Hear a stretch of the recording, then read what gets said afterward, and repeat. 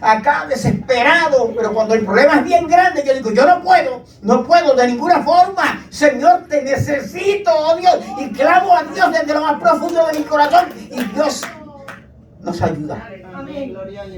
Alabado sea el nombre del Señor, porque yo he aprendido que yo soy un creyente y que yo puedo tener seguridad aún en medio de la crisis. Porque yo tengo a Dios como baluarte. Nosotros los que hemos creído en el Señor tenemos a Dios como nuestro ayudador. Aquel que nos socorre en ese día cuando la aflicción llega a nuestra vida. Nosotros hemos entendido que Dios es nuestro amparo. Y un amparo es alguien que sale por ti cuando las cosas se te ponen difíciles. Yo he aprendido que Dios es mi fortaleza. Mi fortaleza. La fortaleza es el lugar donde donde los soldados se escondían cuando el enemigo estaba duro. Ellos miraban para atrás y se metían a la fortaleza para hacer frente. Pues yo he aprendido que Dios es mi amparo, que Dios es mi fortaleza. Oh, gloria al nombre del Señor. Y como dice el Salmo, Dios es mi pronto auxilio en la tribulación. En ese momento complejo al que tengo que enfrentarme, entonces Dios es mi auxilio y puede que nada más pueda auxiliarme. Puede que nadie más pueda ayudarnos. Pero siempre sabemos que Dios está ahí. Oh, bendito sea el nombre de Jesús. El profeta Nahum vivió aproximadamente para el año 612 antes de Cristo. Como unos 150 años antes que él vivió Jonás.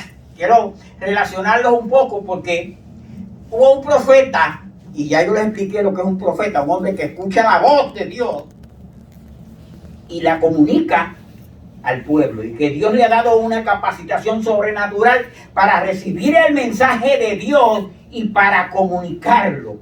Eso es un profeta. Pues Jonás era un profeta de Dios. Le llaman el profeta rebelde porque no quería hacer lo que Dios lo mandó a hacer.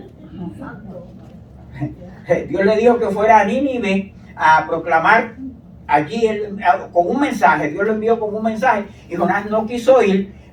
No quiso ir. En vez de irse para Nínive, se fue con barco y se fue para otro lado, para la dirección totalmente opuesta. Y él no quería ir porque él conoce a Dios y sabe que si Dios te dice a ti que te va a derramar juicio sobre ti y tú de verdad te arrepientes, Dios suspende el juicio.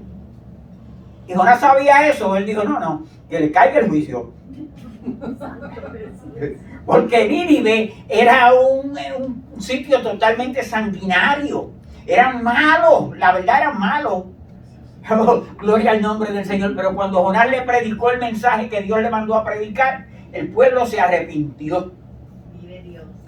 El pueblo se arrepintió y hasta el rey dijo, aquí ni a animales le den comida. Aquí todo el mundo ayunar para ver si Dios tiene misericordia. Y oye, Dios tuvo misericordia. Y cuando Dios tuvo misericordia, entonces Jonás, mirando de lejos, se quedó mirando y dijo, mejor me fuera la muerte que la vida. Porque él estaba acostumbrado, y aunque la Biblia no expresa más profecías de Jonás más que esta, pero Jonás era un profeta de verdad y estaba acostumbrado que cuando Dios le decía algo, siempre lo que Dios le decía sucedía. Y en este caso, de momento, como el pueblo se arrepintió, pues Dios le tuvo el juicio. Pero Jonás no quería que Dios tuviera el juicio, porque eran enemigos del pueblo de Israel. ¿Sabe lo que le hacían esta gente a sus enemigos? Era el reino de Asiria. Nínive es la capital de Asiria. Y entonces ellos cogían y a las personas que derrotaban, los hacían marchar por las calles en procesión. Pero ¿sabe cómo los hacían marchar? Le cortaban la cabeza a un compañero y le daban la cabeza para que cargara la cabeza de un compañero y caminara por allí con la cabeza de un compañero marchando para un espectáculo como tal. Pero también, ¿sabe cómo torturaban ellos? Le hacían un roto en la cabeza a la gente, así los torturaban. Y cuando se encontraban con alguien, primero lo torturaban y después le preguntaban. ¿Sabes qué? A la gente, las autoridades de los países cogen un prisionero y le preguntan, y si el prisionero no quiere hablar, allá calladito lo hacen. Dicen que no, pero lo hacen sí. Allá calladito lo torturan. Pero los de Nínive no, primero lo torturaban y después le preguntaban.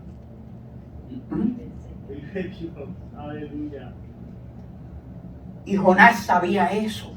Y Jonás no quería que el pueblo... Es más, Jonás dijo, eso es lo que él decía, no es lo que yo pensé, por eso me fui por otro lado. Es que tú eres Dios misericordioso. Y Jonás estaba bien enojado. Y Dios le dijo, tanto te enojas, así me enojo hasta la muerte. Me enojo, sí. Y entonces el profeta, después de haber predicado como 3 días de camino por Nínive, estaba exhausto, cansado, y se sentó. Para Dios hizo crecer una calabacera. Y ya estaba bien contentito porque la calabacera lo protegía del sol. Y de momento vino un gusano y mató la calabacera.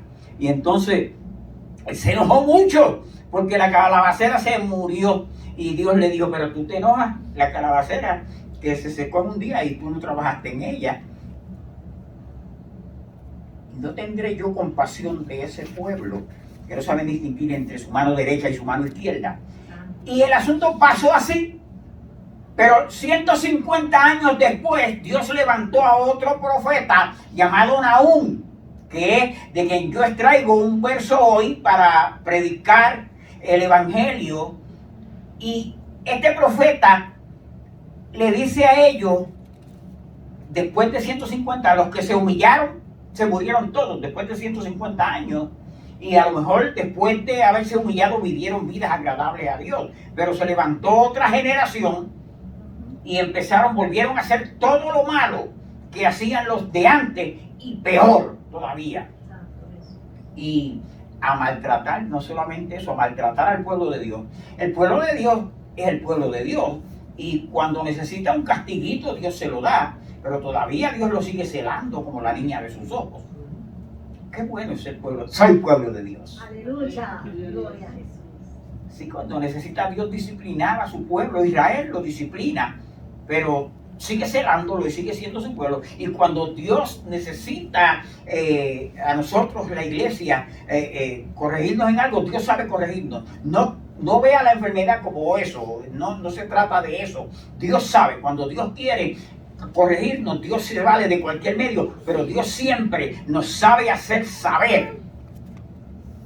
Él se las arregla para hacernos saber que cualquier situación nos viene como corrección de Él.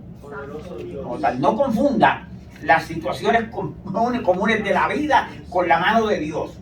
Y cuando la mano de Dios es puesta sobre nosotros, es con medidas, y Dios sabe ponerla para producir en nosotros cosas buenas, no para destruirnos, sino para nuestro crecimiento y para nuestro beneficio.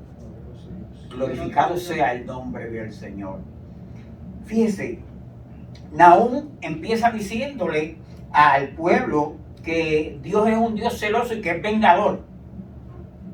Y le dice al pueblo y a todo el que estaba al alcance de su voz, que Dios es tardo para la ira.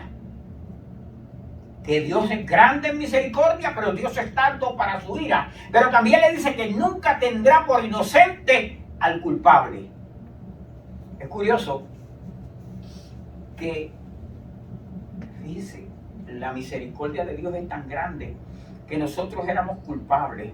Y Dios envió a su Hijo inocente a morir en la cruz por nosotros. Entonces ahora, no es que somos inocentes, a lo último somos culpables. Solamente es que Dios nos ha perdonado por Jesucristo, por su sangre, por su sacrificio y por los méritos de Jesucristo. Ahora somos hechos justificados, pero es porque se nos aplica la justicia de nuestro Señor Jesucristo a nosotros en nuestras vidas. Y él dice, el profeta en el verso 6 dice, ¿quién permanecerá delante de su ira? El día que la ira de Dios caiga sobre quien caiga, ¿quién se puede mantener de pie? ¿Quién se puede mantener firme delante de la ira de Dios? ¿Quién puede resistirlo?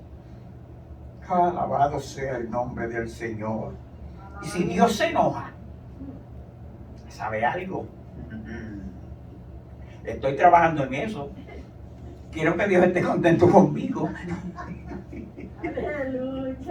Estoy trabajando en eso y le recomiendo a todos mis hermanos que trabajemos en eso. Que trabajemos en eso, en que Dios esté contento con nosotros. Por eso traemos nuestra alabanza a Dios. Y por eso en nuestra vida nos esforzamos, porque yo sé que usted se esfuerza. Alabado Dios. Alabado sea el nombre del Señor. Que qué maravilloso es saber que darle... No he sido perfecto, pero Dios sabe que he estado luchando contra mis flaquezas. Dios sabe que he estado luchando contra mis debilidades. Dios sabe que yo no me he rendido. Oh, gloria al nombre del Señor. Ni ando coqueteando con el pecado. Así debía ser la actitud de nosotros, todos nosotros los creyentes. Y entonces, en contraposición con cualquiera que puede ayudarnos, aquí se nos dice que Jehová es bueno y es una fortaleza en el día de la angustia. La fortaleza es donde tú te puedes refugiar. Pero también el mismo verso nos dice que conoce a los que en Él confían. Aleluya. No es decir de boca, yo confío en Dios.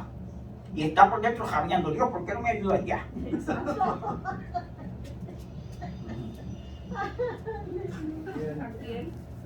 Dios conoce, Dios conoce a los que confían en Él en esos tiempos complicados, en esos